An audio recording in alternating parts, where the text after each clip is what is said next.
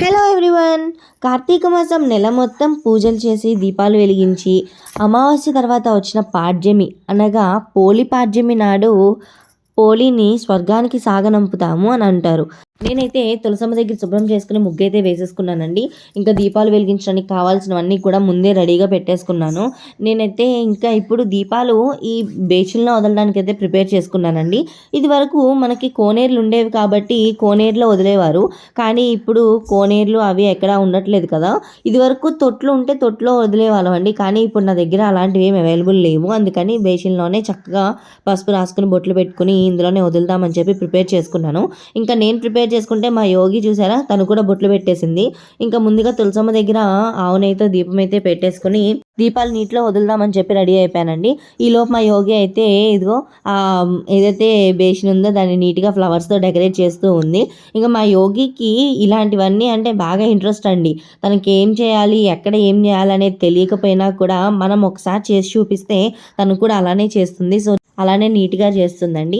ఇంకా అరటి డొప్పల్లో దీపాలు పెట్టుకొని నీటిలో వదలాలి కదా. ఒక పక్కనేమో గాలి, వర్షం పడుతూ ఉందండి ఇక్కడ మాకు హైదరాబాద్లో. సో అందుకని గాలికి అయితే చాలా డిస్టర్బెన్స్ అయింది నాకు.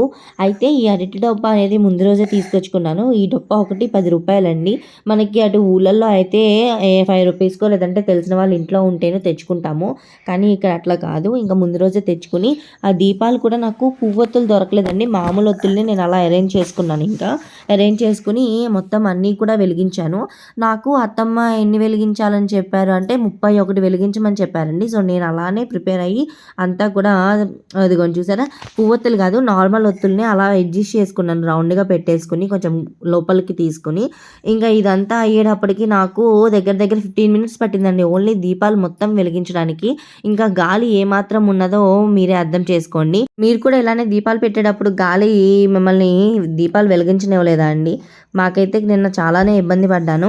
ఇంకా అలానే నెమ్మదిగా వెలిగించాను. ఇంకా ఈలోపు మా యోగి వచ్చేసి నేను వెలిగిస్తానందే సరే అని చేయి పట్టుకుని యోగి కూడా వెలిగించిందండి. కార్తీక మాసంలో సోమవారం కానీ పౌర్ణానికి కానీ 365 ఒత్తులు వెలిగించుకుంటారండి.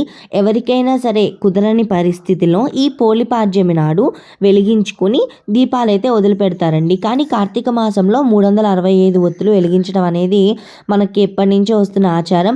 ఒకవేళ కార్తీక మాసంలో కుదరకపోయిన వాళ్ళు శివరాత్రి రోజున వెలిగించుకుంటారు. ఇంకా మేమైతే ఇదిగో దీపాలు వెలిగించేసి మా యోగి చూసారా, నేనే వెలిగిస్తా ప్రతిదీ నేనే చేస్తా అంటుందండి. పెద్దయిన తర్వాత చేస్తుందో లేదో తెలియదు కానీ ఇప్పుడైతే ప్రతిదీ కూడా నేనే చేస్తాను అని చెప్పి చేస్తూ ఉంటుందండి. ఇలా దీపాలన్నీ వెలిగించిన తర్వాత నీటిలో అయితే వదిలిపెట్టానండి. అయితే నాకేమైందంటే బేషన్ చిన్నది అయిపోయింది. ఈ డొప్ప అందులో మునగలేదండి. కానీ ఇంకా అలా వదిలిపెట్టేసి ఇదిగోండి ఇట్లా జస్ట్ సాగనంపాను పోలీని. మా యోగి అయితే అగో చూసారా, అప్పుడే నమస్కారం పెట్టేసుకుని చక్కగా ప్రదక్షిణాలు చేసేసి గంట కొట్టేసి అంతా కూడా చేసేస్తూ ఉందండి. ఇంకా నేను ఇలా చెయ్యని చెప్తే చాలేమో అదే చేసేస్తుంది. అదిగోండి చూడండి చక్కగా పూజలు కూడా చేసేసింది. ఇదిగోండి ఈ కార్తీక మాసం చివరి రోజున పోలి పాడ్యమి నాడు పోలిని స్వర్గానికి అయితే మేము సాగనంపామండి. తర్వాత తులసమ్మ దగ్గర కూడా పూజ చేసుకుని తులసమ్మ దగ్గర దీపం అయితే వెలిగించానండి. ఆ ప్రమిద ఏం చేశానంటే పైన గాలికి కొండెక్కుతుందని చెప్పి కింద పెట్టుకున్నాను. సో మీరు కూడా పోలి పాడ్యమి ఇలానే చేసుకున్నారా? మా వీడియో నచ్చితే లైక్ చేసి సబ్స్క్రైబ్ చేసుకోండి. బాయ్.